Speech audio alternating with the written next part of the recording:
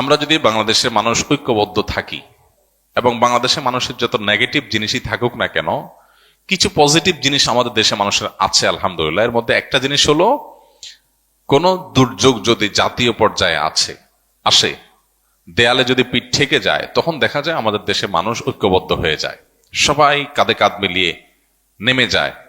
এবং আলহামদুলিল্লাহ এটা আমাদের একটা শক্তির জায়গা। আরেকটা শক্তির জায়গা হলো এদেশের বেশিরভাগ মানুষ মুসলমান।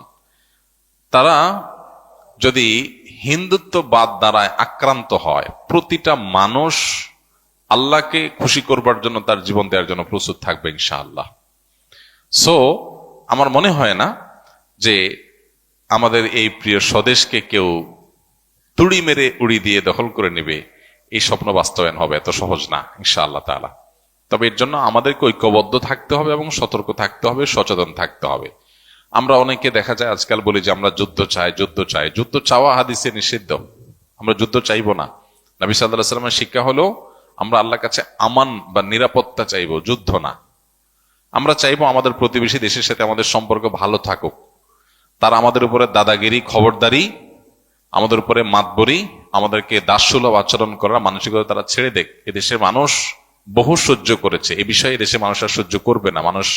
প্রত্যেকটা মানুষ ক্ষোভে ফুঁসে উঠছে, এটা তাদের বোঝা উচিত। তারা যদি এটা বুঝেন, তাহলে ভালো প্রতিবেশী হয়ে আমরা থাকতে পারি, বসবাস করতে পারি। এটা তাদের জন্য কল্যাণের, আমাদের জন্য কল্যাণের। তা না হলে এদেশের মানুষ এই জাতীয় দুর্যোগে কাঁধে কাঁধ মিলিয়ে শুধু মুসলমান নয়, অন্য ধর্মাবলম্বী আমরা আশা করি তাদের উল্লেখযোগ্য সংখ্যক মানুষ এদেশের স্বাধীনতা, সার্বভৌমত্ব এবং জাতীয় স্বার্থ রক্ষা করার জন্য কাঁধে কাঁধ মিলিয়ে কাজ করবে ইনশাআল্লাহ তাআলা।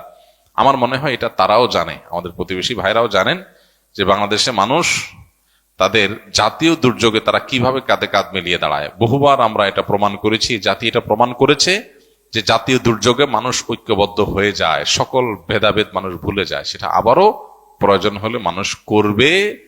কিন্তু কেউ যদি এক্সপেরিমেন্ট চালাইতে আসে বাংলাদেশি মানুষের উপরে, তো আমার তো মনে হয় যে তাদের নিজেদের অস্তিত্ব নিয়ে টানাটানিতে পড়বে ইনশাআল্লাহ। এই জন্য আমাদের ইমানকে বৃদ্ধি করতে হবে, আমাদের চেতনাকে জাগ্রত করতে হবে।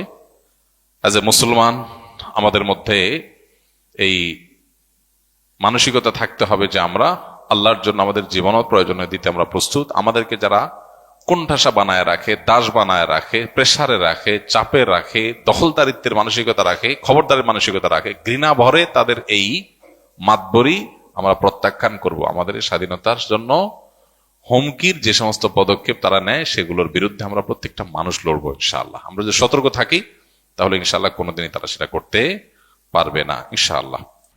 আমরা যে সমস্ত দাঙ্গার কথা শুনি, দেখি, আমাদের পার্শ্ববর্তী দেশ বার্মায় দেখেছি আমরা লক্ষ লক্ষ মানুষকে কিভাবে কচু কাটার মুখোমুখি করা হয়েছে, জোর করে তাদেরকে ঠেলে দেওয়া হয়েছে অন্য দেশে। আমাদের পার্শ্ববর্তী দেশ ভারতে আমরা দেখি যে জায়গায় জায়গায় প্রতিনিয়ত কিভাবে সেখানে বাধ্য করা হচ্ছে সেখানকার সংখ্যালঘুদেরকে শ্রীরাম, জয় শ্রীরাম বলার জন্য। বাংলাদেশে কোথাও হিন্দুদেরকে আল্লাহু আকবার বলতে বাধ্য করা হয়েছে? একটা ঘটনা এই 50 বছরের ইতিহাসে কেউ কোনোদিন দেখাইতে পারবে না। একটা বিচ্ছিন্ন ঘটনা কোনোদিন কোনো হিন্দু দাঁড়িয়ে বলতে পারবে না যে আমাকে কোথাও বাধ্য করা হয়েছে আল্লাহু আকবার বলার জন্য। যদি কেউ বাধ্য করে, ওই মুসলমানের টুটি মুসলমানরাই চিড়ে ফেলবে। এটা সেই দেশ। এই দেশে মানুষকে নসিহত দেওয়ার মতো কোনো নৈতিক অধিকার ভারতীয়দের নাই, তাদের কোনো নৈতিক অধিকার নাই। আমাদের কাছে পৌঁছাতে তাদের আরো 200 বছর লাগবে ইনশাআল্লাহ। তারা অন্য অনেক দিক থেকে আমাদের চাইতে এগিয়ে থাকতে পারে, কিন্তু মুসলমানের যে কলিজা, মুসলমানের যে উদারতা, মুসলমানের যে অন্যদেরকে ধারণ করার ক্ষমতা, এটা ওরা কল্পনাও করে না, স্বপ্নেও কোনোদিন ওরা ভাবে না। তো আমাদের এই সৌন্দর্যগুলো বিশ্বের কাছে আমাদের তুলে ধরতে হবে এবং আমাদের এই চর্চাটা আরো বাড়াতে হবে। আমরা দেউলিয়াপনা আর উদাসীনতা আর উদারতার মধ্যে গুলিয়ে ফেললে হবে না। আমরা আমাদের আদর্শ ঈমান আকীদার পরে সম্পূর্ণ আমাদেরকে দায়িত্বশীল থাকতে হবে। কিন্তু সেই সাথে সামাজিক সম্প্রীতির ক্ষেত্রে আমাদের অন্য ধর্মের ভাইরা, অন্য মতের ভাইরা, শুধু ধর্মের কথা কেন বলছি, রাজনৈতিক ভিন্ন মত থাকতে পারে, ধর্মের মধ্যে আন্তর্ধর্মীয় ভিন্ন মত থাকতে পারে। অ্যাজ এ মুসলিম আমাদের মধ্যে বিভিন্ন মত, বিভিন্ন থটের অনুসারী থাকতে পারি আমরা, কিন্তু সহনশীলতা প্রদর্শন করতেছে। আমাদের সহনশীলতার কথা বলে কোনো উগ্রতা, কোনো অসহনশীলতা, কোনো অসহিষ্ণুতাকে কোনো অবস্থাতে আমরা স্থান দেব না। আমরা বিভিন্ন মতের মানুষ একসাথে নামাজ পড়ি, একই কাতার নামাজ পড়ি, এক একজন এক এক রাজনৈতিক দল করেন, নামাজ পড়ার সময় কাঁধে কাঁধ মিলিয়ে দাঁড়াচ্ছেন। কেউ কোন পীরের মুরিদ, আরেকজন পীরের মুরিদ, কেউ তাবলীগ করছেন, কেউ অন্য কোনো রাজনৈতিক ইসলামিক দল করছেন, কিন্তু নামাজের সময় একে কাঁধে কাঁধে মিলিয়ে দাঁড়াচ্ছেন। এটাই তো ঐক্যের শিক্ষা, যে মত আপনার ভিন্ন হতে পারে, কিন্তু যখন নামাজে দাঁড়াচ্ছেন আপনি এটা বলতে পারবেন না, না এটা বিএনপির লাইন, ওইটা জামাতের লাইন, ওইটা জাতীয় পার্টির লাইন, আলাদা করে লাইন করার সুযোগ আছে? নাই। যদি করেন তাহলে আপনার নামাজ নিয়ে টানাটানি শুরু হবে। ইসলাম আপনাকে এতটা উদার হতে বলেছে যে ভিন্ন মত থাকতে পারে, কিন্তু এই ভিন্ন মতের মধ্যেও ডক্টর খন্দকার আব্দুল্লাহ জাহাঙ্গীর রহমাতুল্লাহ যেটাকে বলতেন বৈচিত্র্যময় ঐক্য, আল ইত্তেহাদ মা আল ইখতিলাফ, যে আমরা বিভিন্ন রকমের মতে থাকা সত্ত্বেও একটা জায়গায় আমরা এক, একটা না বহু জায়গায় এক, আমরা বাংলাদেশী হিসাবে এক, এই জায়গাটাতে আমরা ঐক্যবদ্ধ। এখানে আমরা কাঁধে কাঁধ মিলিয়ে দাঁড়াবো। মত পার্থক্য আপনার সাথে হাজারবার থাকুক, হাজারবার আপনার সাথে আমার বিরোধী থাকুক, আপনি আমার করেন আমি আপনার করি, কিন্তু ঐক্যের জায়গাটা ক্লিয়ার থাকতে হবে। যাই হোক, আমরা যদি সজাগ সতর্ক থাকি তাহলে ইনশাআল্লাহ এদেশ নিয়ে কেউ খেলতে পারবে না। 18-20 কোটি মানুষ আমরা যদি সবাই একটু চোখ কানটা খোলা রাখি যে একটা নোংরা খেলা চলছে, ইনশাআল্লাহ কেউ আমাদেরকে নিয়ে খেলতে পারবে না।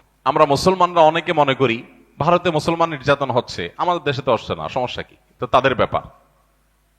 ইরাকে মুসলমান নির্যাতন হচ্ছে, তাদের ব্যাপার। সিরিয়াতে হচ্ছে, তাদের ব্যাপার। ফিলিস্তিনে হচ্ছে, তাদের ব্যাপার। আমরা তো নিরাপদ আছি। এটা কোনো মুসলমানের চিন্তা না। গোটা পৃথিবীর যে কোনো প্রান্তে মুসলমান আক্রান্ত হলে গোটা বিশ্বের মানুষ এটাকে ফিল করবে, অনুভব করবে, কথা বলবে। অতএব এই জায়গা থেকে আমাদের প্রত্যেকটা মানুষের এখন থেকে ভারতের প্রতিটা মুসলিম নির্যাতন, প্রতিটা সংখ্যালঘু নির্যাতনের পরে আমাদের সবার শতকণ্ঠে কথা বলতে হবে। শুধু মুসলমানরা, দেশে হিন্দুদের কথা বলা উচিত। আমরা যখন ওদের চালনির ছিদ্রগুলা দেখাই দিতে পারবো, তখন তারা সুইয়ের ছিদ্র খোঁজার সুযোগ আর পাবে না। আমরা চুপচাপ থাকার কারণে তারা আজকে আমাদের মাথার উপরে চড়াও হয়ে বসে আছে। তো এই সময়টাতে বিশেষ করে যারা বিভিন্ন সময় অন্ধত্বে ছিলাম, যারা অতি প্রেমে ডুবেছিলাম, যারা শত্রু আর বন্ধু চিনতে ভুল করেছিলাম, তাদের এখন চেনার সময় হয়েছে যে কিভাবে একটা রাষ্ট্র এইভাবে ন্যাক্কারজনক ভাবে পার্শ্ববর্তী একটা রাষ্ট্রের প্রতি এইভাবে ঝাঁপিয়ে পড়তে পারে, এত নোংরা ভাবে, কোনো কারণ ছাড়া, বিনা উস্কানিতে এইভাবে তারা কিভাবে একটা দেশকে ক্ষতিগ্রস্ত করতে পারে, তার সবচেয়ে নোংরা নজির এখন স্থাপন হতে যাচ্ছে। আমি আবারও বলছি, যদি আমরা সতর্ক না হই তাহলে সেক্ষেত্রে এই দেশ আমাদের আর থাকবে না, এবং এদেশে আমরা যে বিগত কয়েক বছর ধরে আমরা দাসের মতো ছিলাম, সেটা যে আরো কতটা ভয়াবহ আকার ধারণ করতে পারে একমাত্র আল্লাহ তাআলা ভালো জানেন। বিধায় প্রত্যেকটা মানুষকে সজাগ হতে হবে, সতর্ক হতে হবে। এবং ধর্মীয় সম্প্রীতির ব্যাপারে আমরা প্রত্যেকটা মানুষ নিজে থেকে উদ্যোগ নিয়ে নিয়ে আমাদেরকে ধর্মীয় সম্প্রীতি রক্ষা করে তাদের মিথ্যা অভিযোগ, এটাকে মিথ্যা প্রমাণ করতে হবে। সেই অভিযোগকে মিথ্যা প্রমাণ করার জন্য আমাদেরকে ভূমিকা রাখতে হবে, এবং পাড়ায় পাড়ায়, মহল্লা মহল্লায় অন্য ধর্মাবলম্বী যে সমস্ত ভাই বোনরা আছে, সম্ভব হলে তাদের সাথে মিট করতে হবে, তাদেরকে নিয়ে একসাথে বসতে হবে যে ভাই আপনারা কোনো অসুবিধা অনুভব করছেন কিনা, কেউ আপনাদের কোনো অসুবিধা করছে কিনা, তাদেরকে আশ্বস্ত করতে হবে। এবং অহেতুক তাদের মনে যে ভয় সৃষ্টি করছে পার্শ্ববর্তী দেশ থেকে, সেগুলোর ব্যাপারে তাদেরকে অভয় দিতে হবে যে আমরা হিন্দু মুসলিম কাঁধে কাঁধ মিলিয়ে আমাদের প্রিয় মাতৃভূমিতে আছি এবং থাকবো ইনশাআল্লাহ।